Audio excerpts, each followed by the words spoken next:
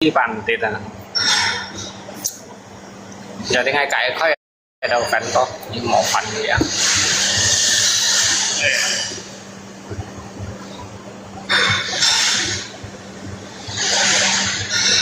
nó ship cầu chậm không á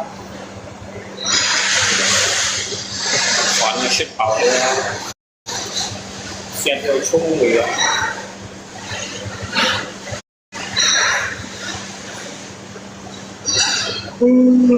sẽ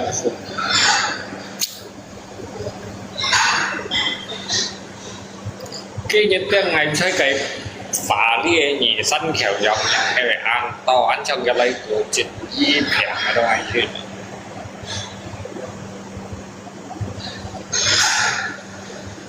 những khéo dòng ăn nhiều ca em dòng sỏi nhiều quá cả ai con như lấy lấp dòng ai con như lấy lấp dòng ai tin nhà đi xin khi đó sao lấy xí đó sân khéo dòng em nhân sinh hậu sinh水天又假啥呢？có lẽ bên tủ này yếu giả sao lấy shit cho nhiều này cái cá phẩm vẫn bị can nhiều cũng nhiều ai học cá theo dự này nên ai thành nhiều gì cá phẩm vẫn bị cá nhiều cũng nhiều mà phần còn trong bảy sách còn ở dưới cũng bòi ai cá to tàu cũng gì xí đâu hay còn má con sai nhìn ra cái xịt này đó cái lấy xịt ra ngay rồi bánh họ ca còn thầy thành cũng gì nhưng ngay chậu phần nó ngay vẫn chậu to thành cũng kiểu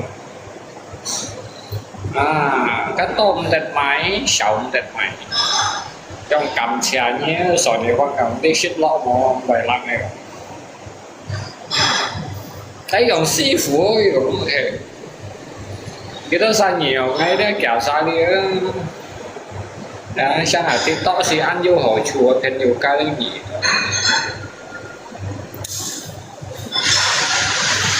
trong như vậy ăn kẹp đi to đó theo trong lý áo phổi đẹp thì ăn vô mèo thôi còn mua hàng các TikTok cái tại thiện bước ngày còn hè vô mèo hay phổi đẹp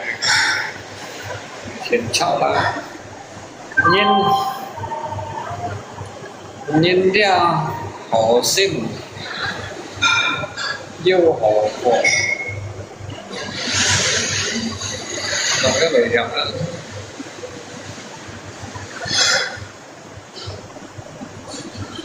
nhìn ra họ xin từ yêu họ của các bài tu đội yêu họ như thế vậy xe đạp xe tay xe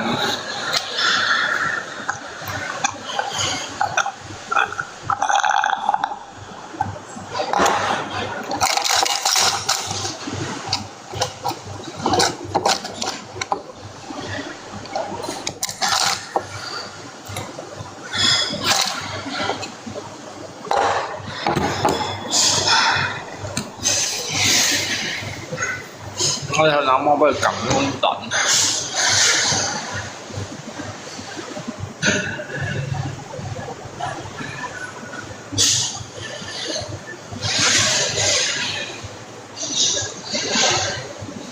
sáng ở đó nên miệng đó là vô lý gì theo phải mong lấy ra cái kiểu tổng có sợi nhìn ra ăn đó lấy ra kiểu một cái miệng gì hết rồi còn phân còn bởi gì hết nhưng mình muốn lấy rồi giết thằng á kia tao tỉnh kia tem mày xỉ kéo món nào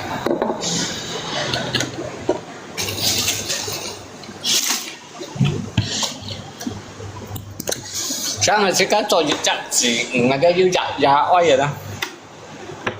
lượng pan hay là đó chỉ có cho tới lượng chẳng được lây biểu này một phòng ô cao lây xích chiêu cao lây này dùng chiêu tôi sẽ có buộc khai địa sĩ pan là hạ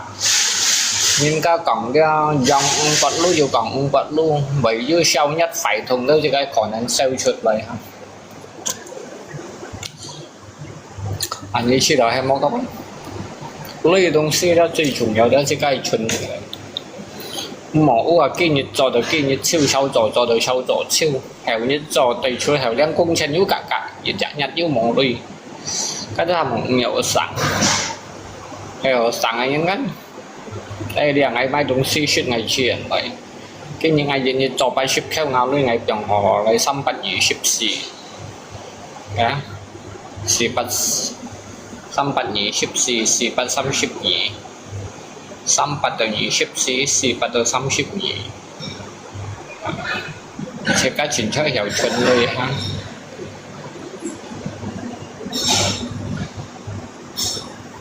đúng ha bây giờ thì là từ đó giống âm bên anh xét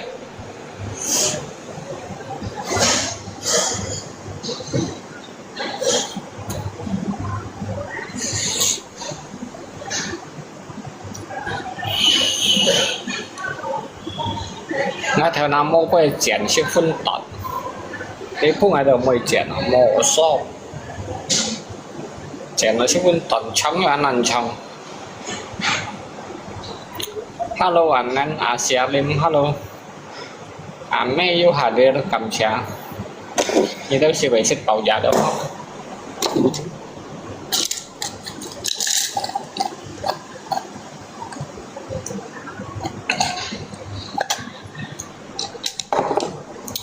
Bông bày ở cái ngay yếu tủ dù anh ấy cho ra cái phần đẹp mang yêu nhỉ đó, cái bao nhiêu đâu cũng ngay nhỉ đó đâu, chẳng hạn cho nhân ra chứ khi là thiệt nói chim, ai cho cái sẹm mỏ yếu chim, chim mỏ họ đấy là thiền buồn nó là anh siêu chim, chẳng hạn sẹm mỏ đó chỉ cái yếu chuồn mà, cái nhắm mà cho đống mỏ ăn tiểu nó ấy, hả? Cho đồ tặng nặng mà như này mày chơi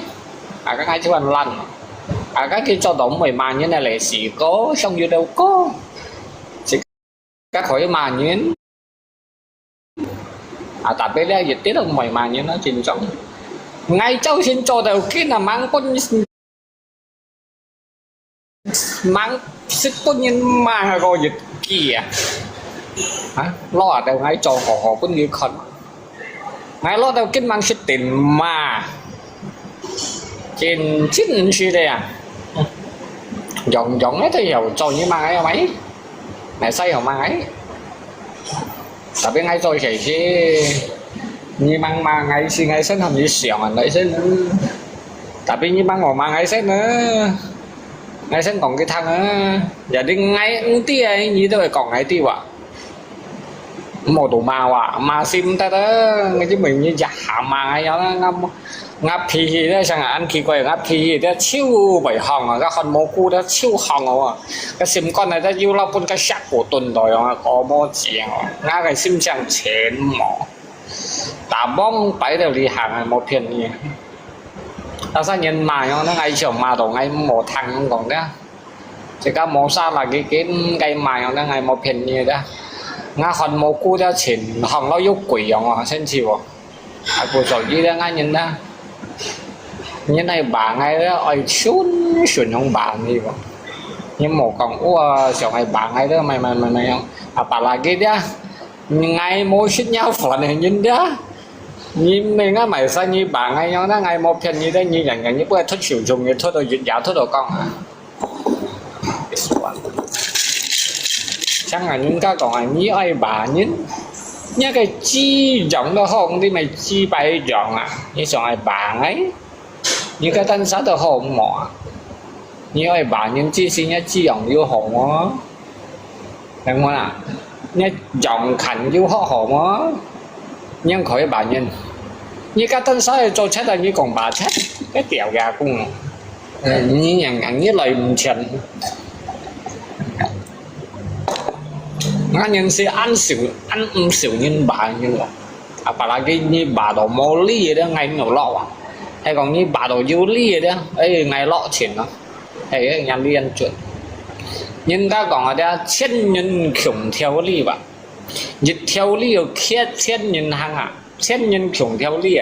nhà ly lũ hay tôi ở đây ngày một phần nhà đây như sẽ là 80 lần xoay tới một dụng như tôi một ly nhưng chơi dùng nhau ly hay mày không văn nhân còn mày không thông nhân còn ly nhiều không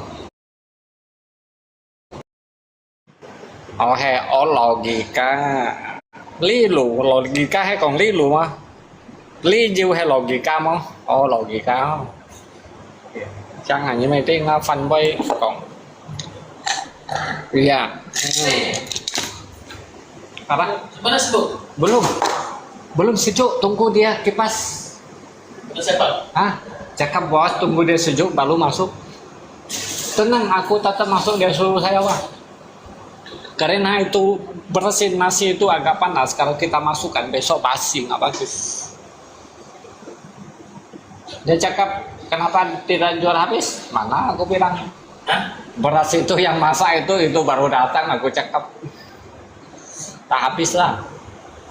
bercakap banyak gak ada sisa yang sini bawa pergi aku cakap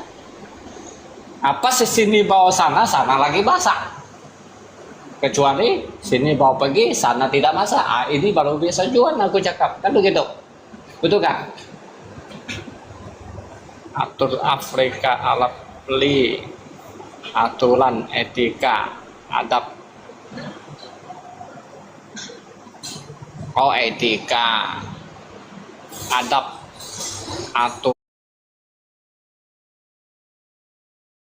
aturan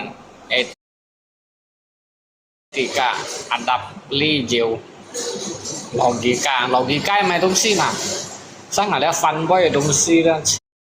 an nằm cọc ngay một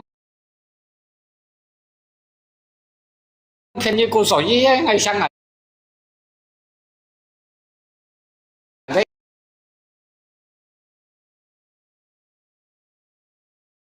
cicak sama dengan ta siu chung logika nhíp nọ logika cho nhíp nọ ngày một tí phản bay ngày bàn chân ngày họ đầu cô sổ gì phản bay đó chỉ có bảy biển phát đấy nhưng mà chỉ cái thông bé cho cộng siêu mới còn phản đấy ngày một như chỉ cái thông bé như cộng siêu một đi chỉ cái hạ cao bay như cộng siêu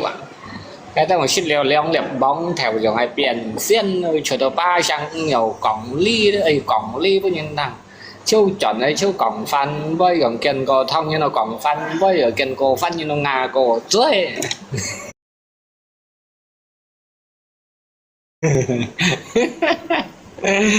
kiên nó thông cái cái phan với ở vé apa gì về rồi xin luôn vé kita vé sao orang sambas katanya vé iya kan tahu ya sambas weh kita itu orang sambas bisa ya kita ngomong weh không phải là không còn sambas weh ngày cho ở đây siêu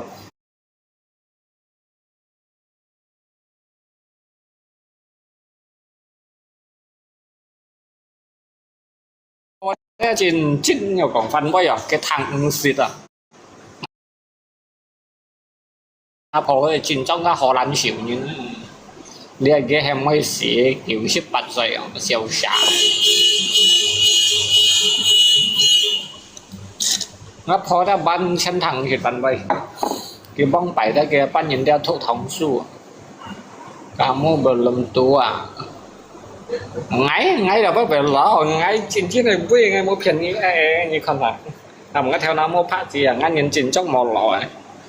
những bữa ngày đấy làm một theo nam mô pha chỉ có một biển là những bữa chỉ có theo nam mô đấy lý xã đấy xây nằm trong đấy quân nó nhẹ theo xây lọ thì đấy kia được pha đều giả đấy quân nhẹ theo xây lọ thì chỉ có xin 10 lọ cái nhẹ theo ám bởi xây nhưng nó giả đấy biển lọ đó có lý anh đó những cái tí lọ đấy vào sáng cái nhẹ theo như vậy xây cái lọ đấy vào lý hải nhân 10 lọ bắt ship xây tới 10 lọ hay một phiền nhé cái nhẹ theo xây lọ suy xét cái 10 lọ phải vô dịch bạ xây đó nó lọ đó cái kẻ ship xây mang tại ship cái chung kết nhân ngày một phiền như khỏi ship được kẻ bạ xây thằng gì á như thế ship đó xây ship đó ship bạ xây buồn gì mà hắn như dịch trả ship đó xây trong khu lọ ship đó nhì bản ship xiên rồi cái kèo chẳng ship mắng trong củ lọ cái còn ngay xí khỏi với kèn còn xăm lên phổi sau thiên thôi còn đấy kiểu như xí đồ gì to rồi này kiểu ngay xí đồ nhì bẩn xít xiên rồi kiểu kiểu như phăng chi an cảm hàm ngay cả như ba bao phút kia ngay như bài tiếng ngã ba tập mà gì ở Trung Quốc lọ cái Trung Quốc kín rồi cái lọ của Trung Quốc lọ đó mang đi cái Trung Quốc lọ đầu xiên à như phăng chi cái đẹp sai nhìn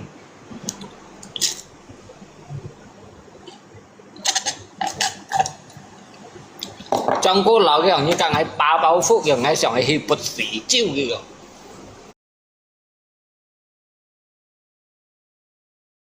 phăng chi cái sang phăng như này chủ cung nhưng các còn đang phăng chi mô cỏ ấy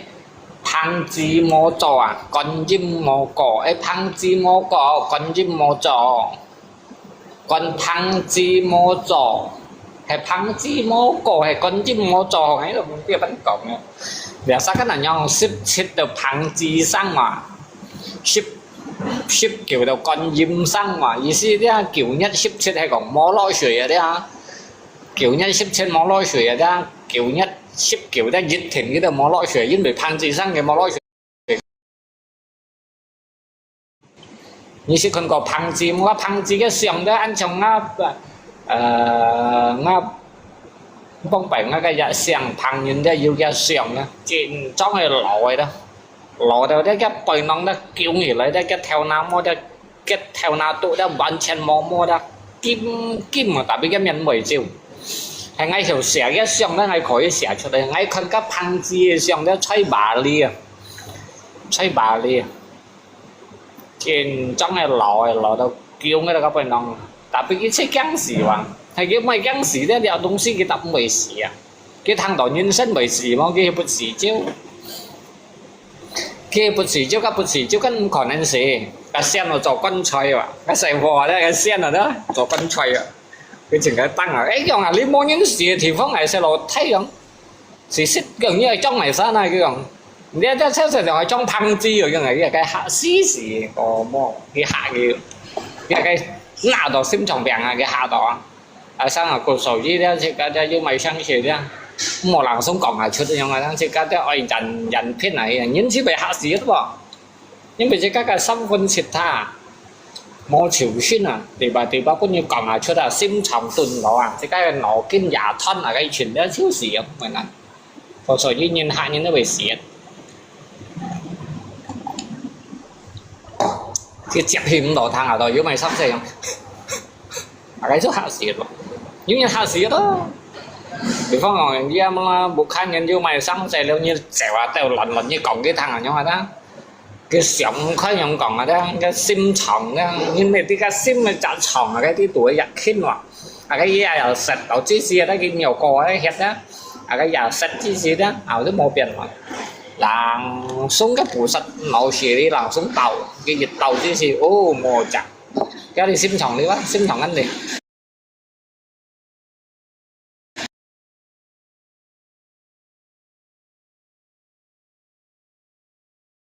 số nhưng mà còn rất là mô dụng anh chắc là như sim chồng này như sim chồng đẹp đấy nhưng mà là không còn cái thằng chứ mày sang sẽ phải tận giả đi ở giả nhưng cái kêu xỉn xỉ lý sinh xỉ là mình chân cũng như hạ xỉ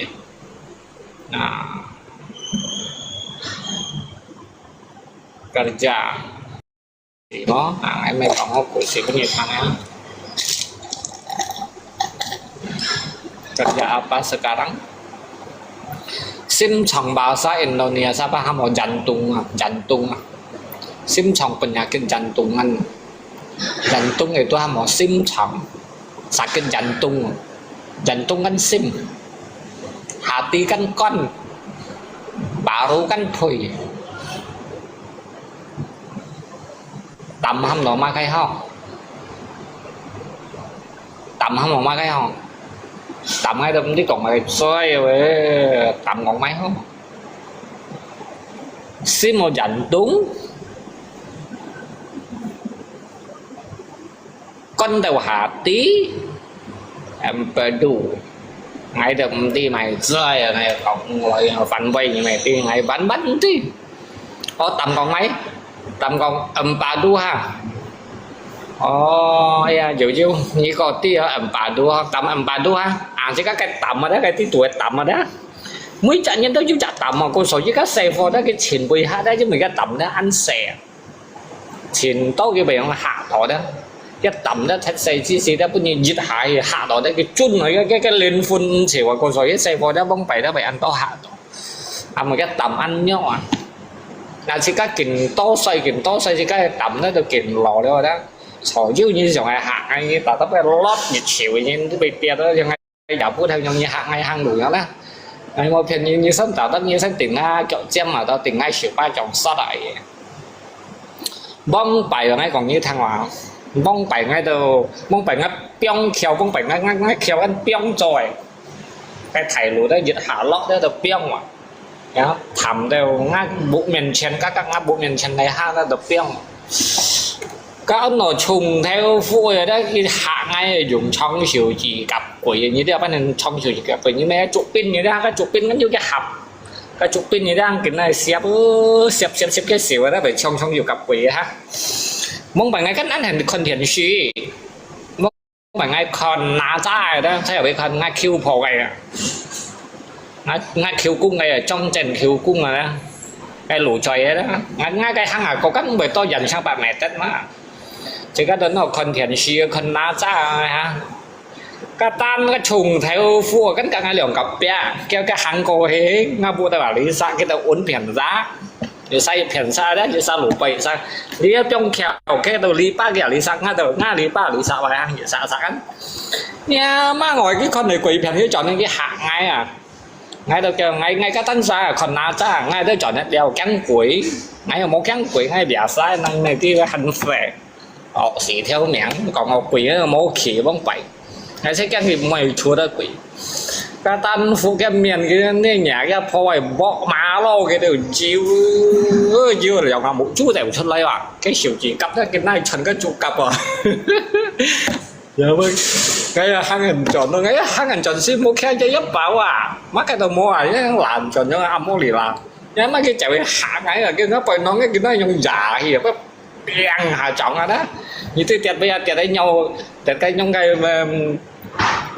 mày có cái trụ phung cái tiệt đổi ai rồi phải cái tả gì rồi nhá mang ảnh như hạ xa là như này còn à thằng ngay lấy to đấy như đen phấn bớt thùng này cái còn à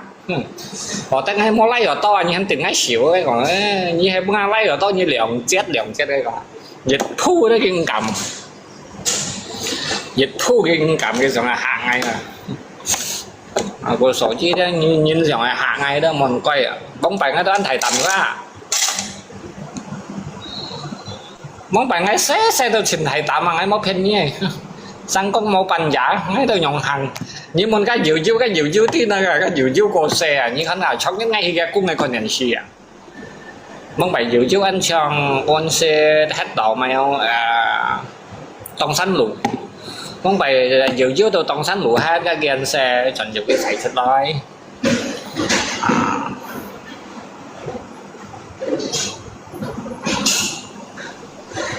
cậu anh nhông còn với hết còn với thạch cô phụ này chứ cái mẹ mấy cả cái tao còn không trong cái trận xong mô còn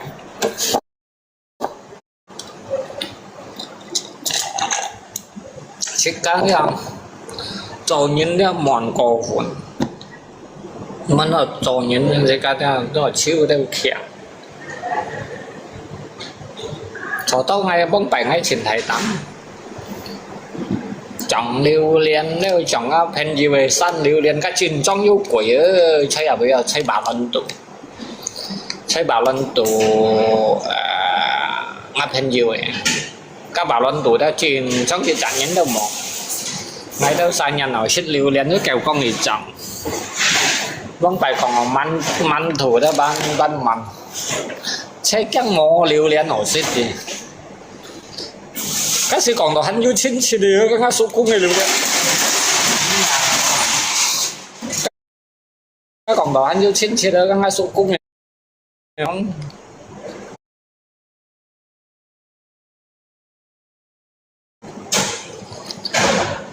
na cài tầm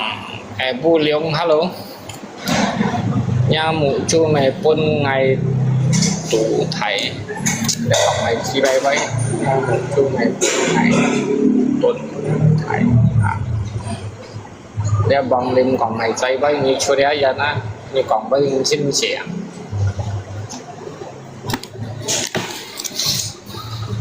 ai khăn nó phản giống ai tưởng lo sẽ cho tuổi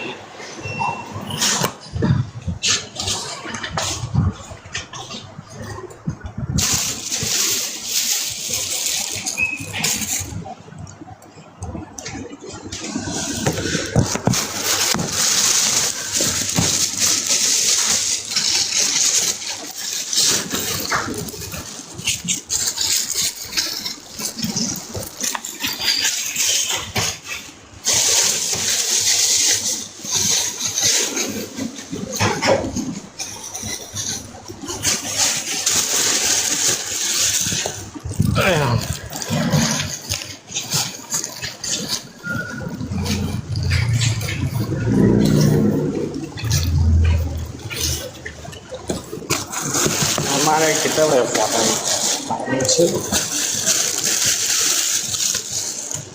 ini tahu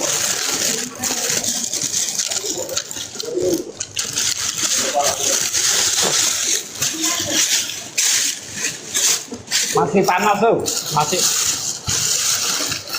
panas shop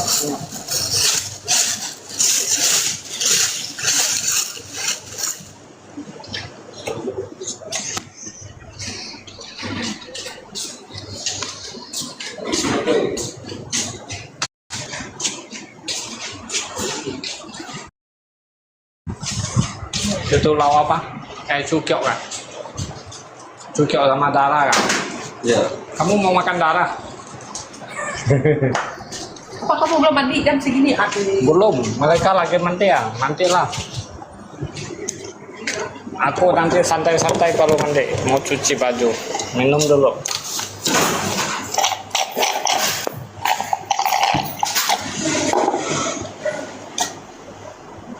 Nói coi như còn đó cao anh đó như dịch phu phụ này đó sang siêu đó bây giờ như này lép cho cái tại tiền mua dặn mua chè nó cái tập cái này bao lo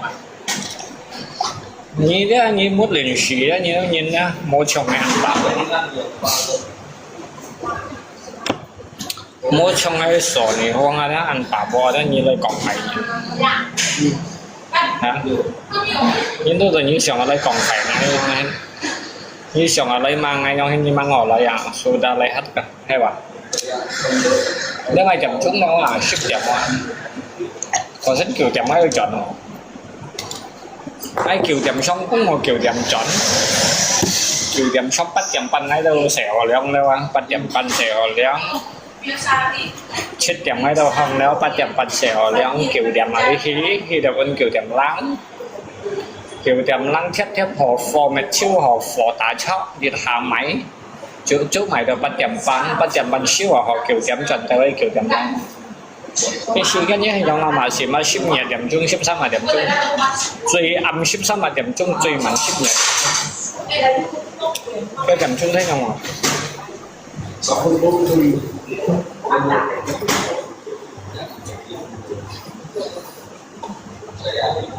anh đi phăng nha xong chứ khay kem anh đi phăng nhưng một khay kem gì kem này alo ơi sư phụ khay kem này Ồ, sư phụ. nhà sao khay kem này khay kem này Hả? khay kem kia anh nhà sao Nhưng xịt ngay mà ai. ngay bảy tí nhà sao khay kem này Ông hiểu ngáp bằng nghề cốt mang keo ông hiểu khơi. là sao có nhiều khay là ngay kiểu khay ngay cái nhé cả mẹ la li chỉ là nhà như các tân sao mày khay à nhé cái nhất nhé của người có đồng phát về cái keo nhé của người con nhé của người con nhé nhiều ngày một người con chết bà lang sao mà sang đều khay mẹ à như chết đi À với hiểu na yang 49 giá na bằng nghề cốt na. còn nhiều hai hết chưa à ngắt lùm một chẳng như mô miền thì còn quay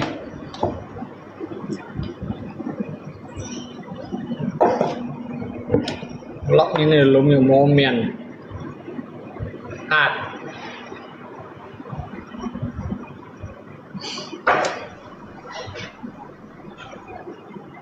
yeah, lại vì một lần chẳng như nó quỷ nó ô ra một cậu nhưng chỉ ông xong hai cậu này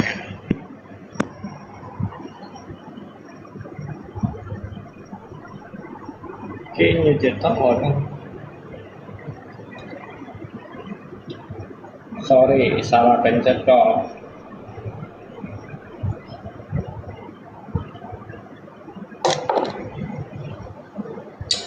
như đó như ai xong áo lùm mà ra mồ miệng này ra như là cũng siêu xong này cả nhà nhá nhưng mà xéo đi ngay không gặp bây giờ đây hết tuổi chỉ họ đó gặp bây giờ nó sống tệ xí kamu soal mandi kayu soal mandi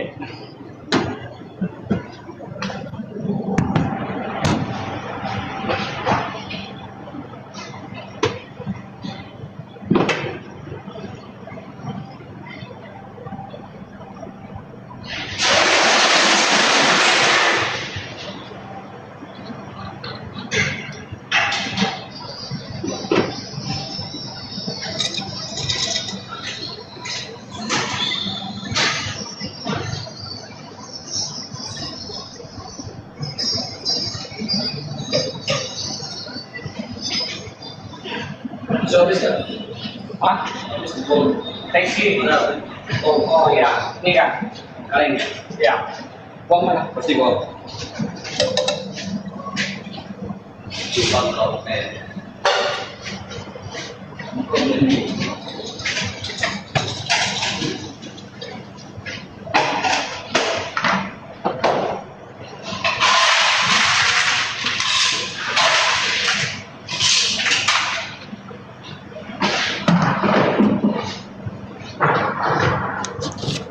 masak kah itu apa itu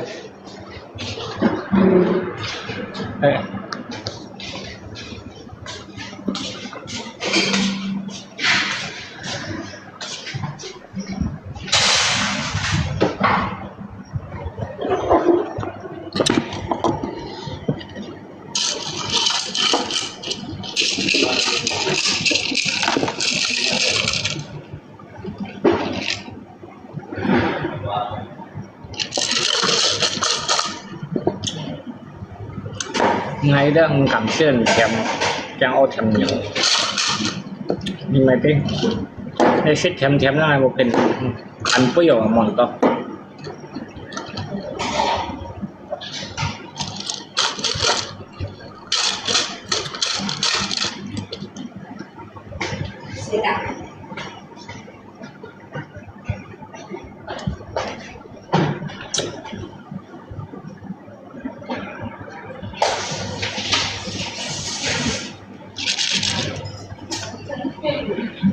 teh si peng di Malaysia ya heo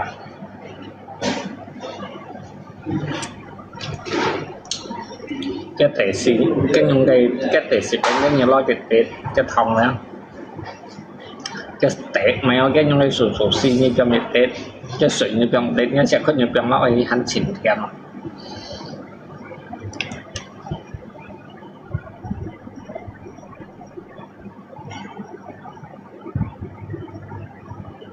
ở đây shit má cái xoay đó một phần đi chỉ như chung cái nành này cái máy kèo xong cái nành máy kèo xong cái nhông cày mèo cái thòng là kèo tụt cái như chung là như tao như sọ hay cái sọ thêm nhọc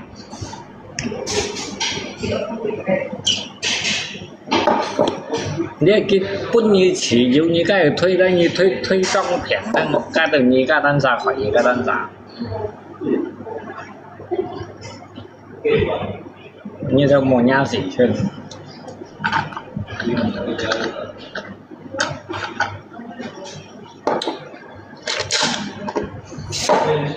ăn họ sẽ được theo này là dùng một sẽ đây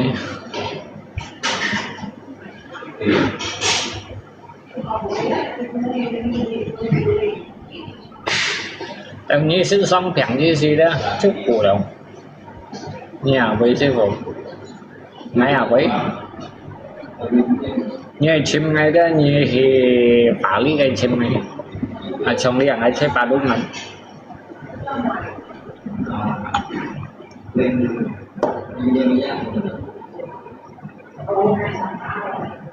ai chơi ba đúng mình giàu chi不起在你好秋不前你TS kalau di Malaysia sebut es apa teh oh teh openg teh openg teh openg saya TS kok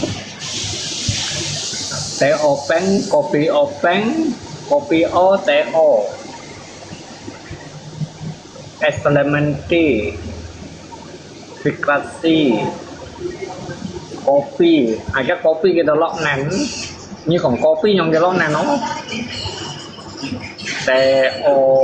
teh o beng nyanyinya HK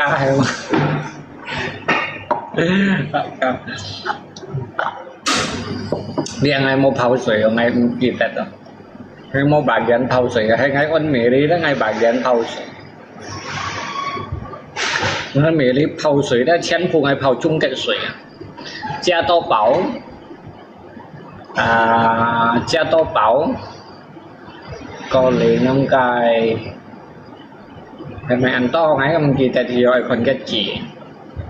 ai kita đây cha tô bảo hoa thiên suối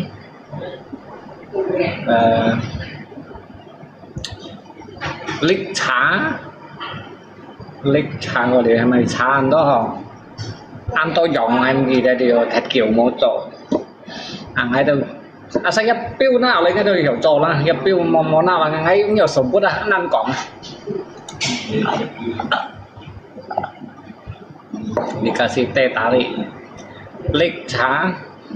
hoa thiên suối温水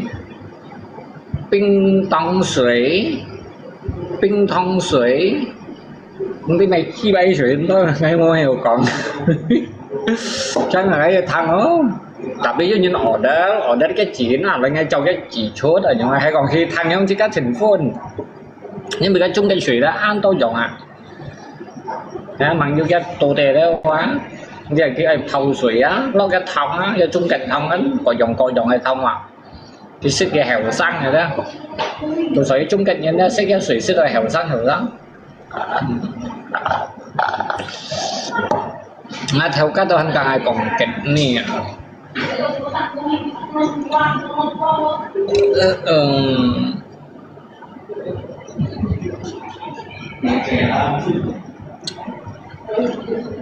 nên để theo như vậy tâm chiêu chiều này cái là bu sẽ thì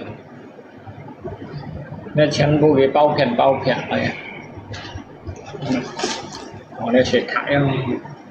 để sẽ thải sọp về đâu rồi bahasanya bahasa Mandarin mantap berapa bahasa Mandarin mantap lah berarti bahasa Mandarin mantap cái này thì ai còn thì hiểu tapi còn thép tốt đấy còn chỉ các cái hạ cá với cái theo các hả nghe còn cái bên còn hạ cao quá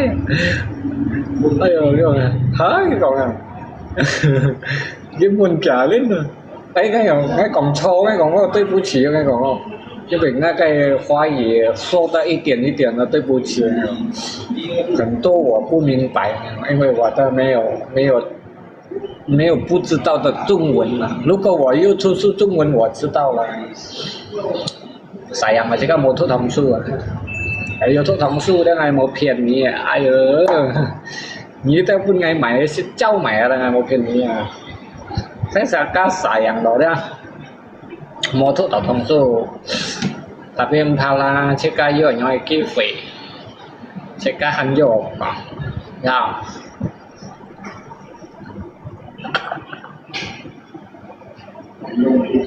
tapi ngay cho sành nó phát水sẽ được một thiên nhưng ngày đó sẽ biết thông水hay mùi nhưng người thông thủy đó thì cái xin lỗi đó thì cái dâu rồi đó thì cái dâu đó lì kim cò đó thì cái dâu dịch hạ lì kim cò đó chuẩn hiểu ở thêm nhau đó siêu danh bọn này một cái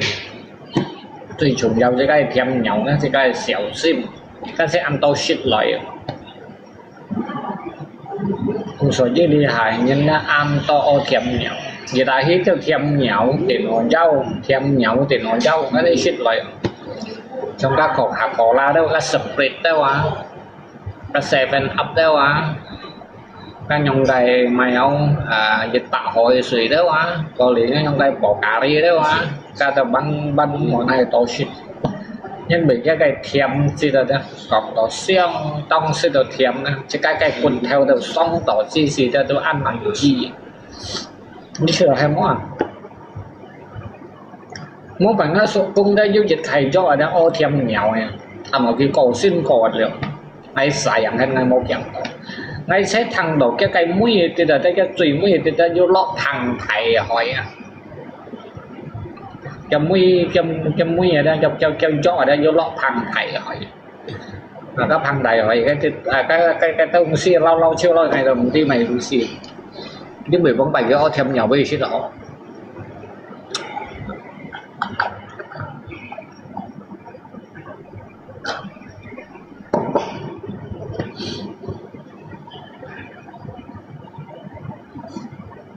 hôm nay những cầm comment ta là chí phải mua hai block chứ nhưng nó dám miền Malaysia là một gì vậy Alisa mày colo mẹ yêu mày nào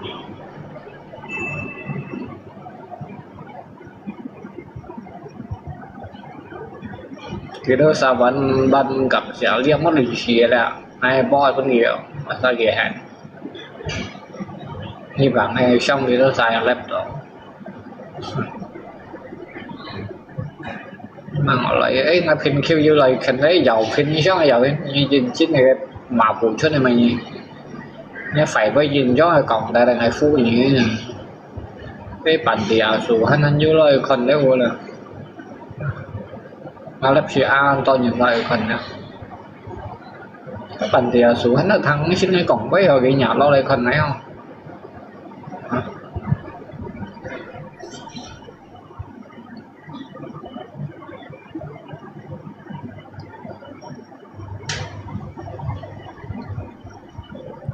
về đà về sư phụ chấm miệng là vì chấm miệng là vì các colome thấy chấm miệng này ngay xích bùi gì rồi cái phẩm nhà xích bùi vậy chấm miệng nhà xích bùi rồi tên em xích nhục tapi như xích nhục yếu tố sẽ yếu cho hình nhà phần hay không là cái chú những anh này thì bắn nè sẽ phi sẽ chẳng hay trong thằng đằng sẽ được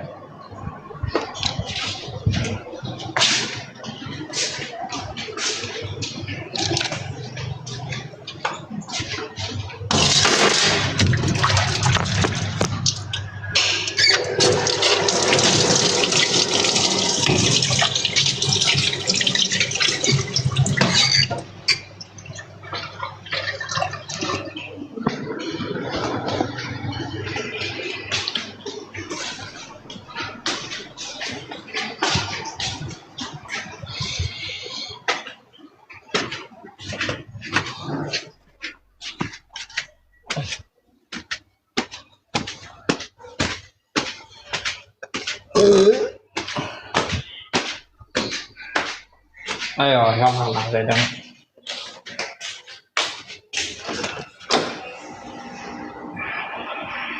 Mau tidak makan lagi?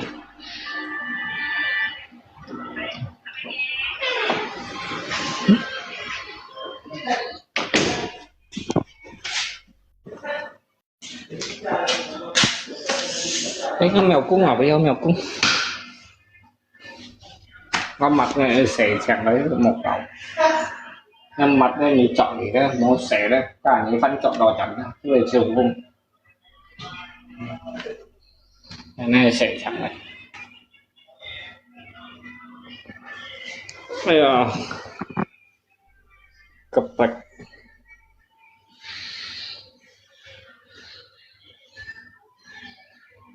cái mày sai thì một phần tập chi rằng là những song song hay cậu lệ em suy để ra con em một chẳng nhớ những sao gạ đi à mày chơi yêu như đã một lần xỉa ra nhà cần xỉa lũ mình đang ngày chẳng như chẳng hay xong nè như mòn bây giờ xong bà lính ngay như bây bỏ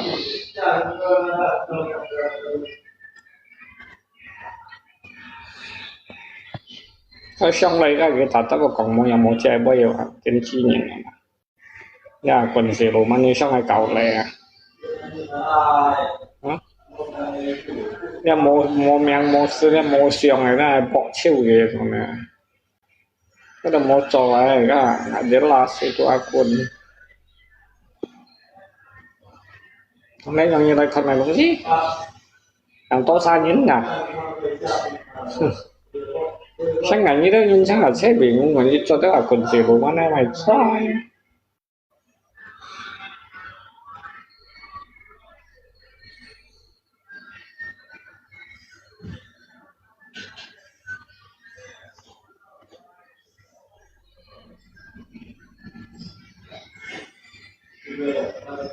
cho tốt tới là quần gì của mình đi con đi dạo vậy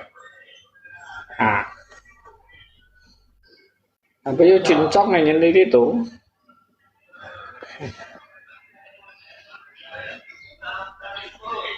còn chả apa cho phần tem mà